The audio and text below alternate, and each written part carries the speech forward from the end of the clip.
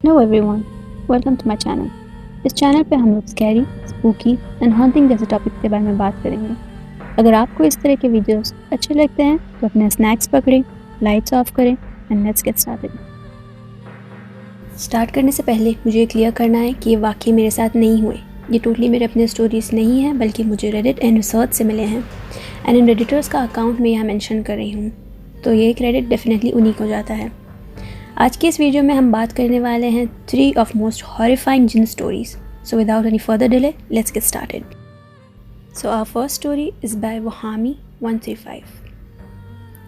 जब मैं छोटी थी ये वाक़या मेरी अम्मी के साथ हुआ था। मेरी अम्मी काफ़ी रिलीजियस हैं और इस वजह से उनको मस्जिद का इंचार्ज बनाया गया था।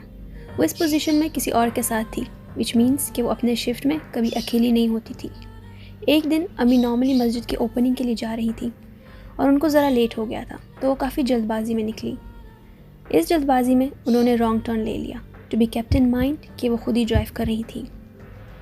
ये मस्जिद काफ़ी बुरे इलाके में था और जब ये वाक़या हुआ तब इस इलाके के हालात भी बहुत ख़राब थे। काफ़ी फायरिंग, शूटिंग और गैंग रिलेटेड एक्टिविटीज़ होते थे। ये एरिया काफ़ी सुनसान सा था, काफ़ी वीरान सी जगह थी और बिल्कुल ही डिज़र्टेड हाईवे की तरह था। काफ़ी देर तक वहाँ उस सुनसान से रोड पे ड्राइव करते करते उस वक्त अम्मी को एहसास हो गया था कि वो अब बिल्कुल ही गुम चुकी हैं। ये तब की बात है जब GPS वगैरह इतने कॉमन नहीं थे और ना ही हर किसी के पास थे। उनके फ़ोन की बैटरी भी बिल्कुल डेड थी। इसी दौरान ड्राइव करते करते अम्मी की नज़र पीछे आने वाली कार पर पड़ी और उन्होंने ये नोटिस किया कि ये कार उनको काफ़ी देर से फॉलो कर रही थी।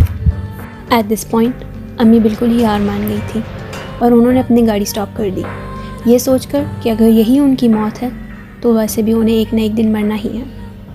अम्मी ने उस वक्त अपने दिल में आयतुल कुर्सी और जो भी दुआ थे वो सब पढ़ना स्टार्ट कर दिया और वो अपनी गाड़ी से उतर गई। सामने जाके वो दूसरी गाड़ी भी रुक गई और उस गाड़ी से एक बिल्कुल लंबा और बिल्कुल सफ़ेद सा शख्स निकला और उस आदमी ने अपने हाथ से इशारा करते हुए मेरी अम्मी को ये बोला कि वापस गाड़ी में बैठ जाओ, और मेरी अम्मी ने भी बिल्कुल वो किया।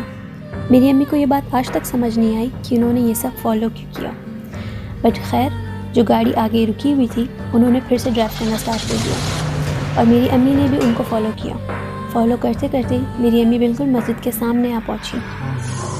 मेरी अम्मी अपनी गाड़ी से निकल ही रही थी उस अनजान शख्स का शुक्रिया अदा करने, पर तभी उन्होंने ये देखा कि उधर कोई गाड़ी ही नहीं।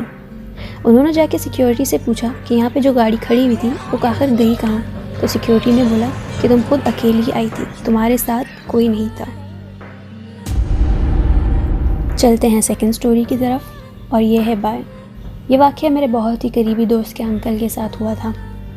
मेरे दोस्त के अंकल की जब नई जॉब लगी हुई थी तब वो काफ़ी दूर थी और काफ़ी सुनसान सी रोड पे था। उनको जॉब पे जाने में कभी कोई मसला नहीं हुआ, पर एक रात जब वो जॉब से वापस घर की तरफ आ रहे थे तब उन्होंने रोड पे खड़ी हुई एक औरत को देखा। वो औरत काफ़ी डरी हुई सी थी और रो भी रही थी। ये देख के उनको ऐसा लगा कि शायद उसे कोई मदद की ज़रूरत होगी। उन्होंने उस औरत के पास जाके गाड़ी रोक दी तो उस औरत ने कहा कि उन्हें अपने घर जाना है।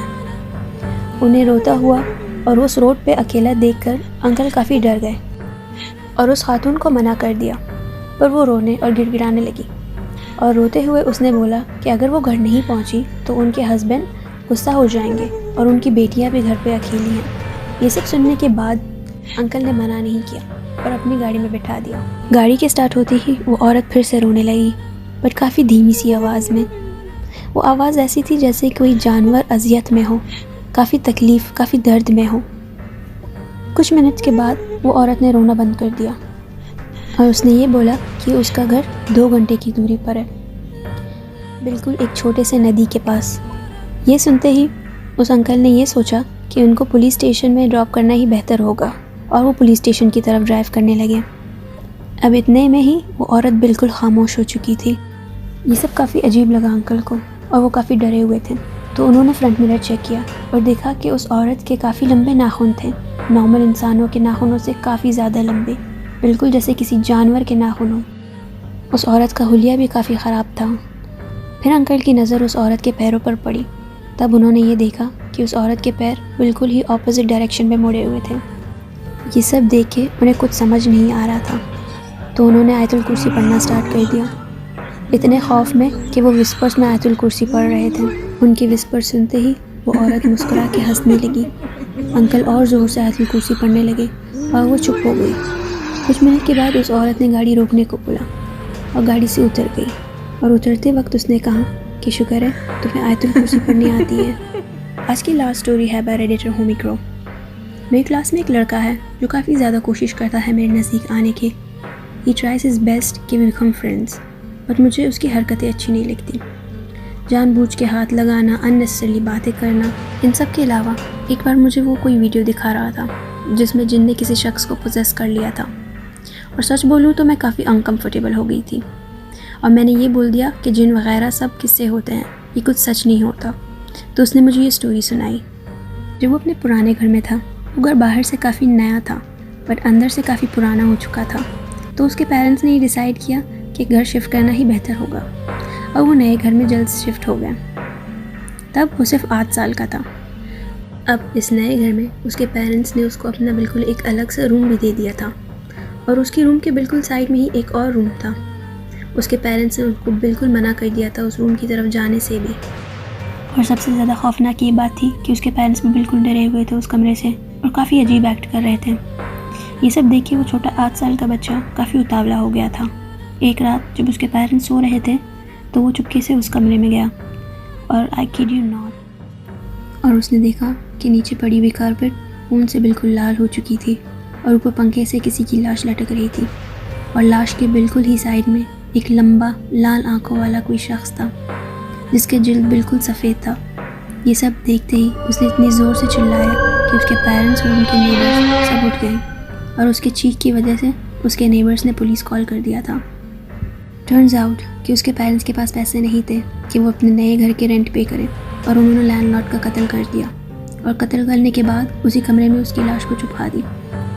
तब से ये लड़का फॉस्टर केयर में था और अब हम दोनों एक ही क्लास में हैं। So that's it guys. Video अच्छी लगी हो तो लाइक कर दें और चैनल को सब्सक्राइब करें और हो सके तो अपने दोस्तों के साथ वीडियो शेयर करें। फ्यूचर में और भी ऐसी मिस्टीरियस एंड स्कैरी वीडियोस आने वाली हैं, so stay tuned. See you in another video.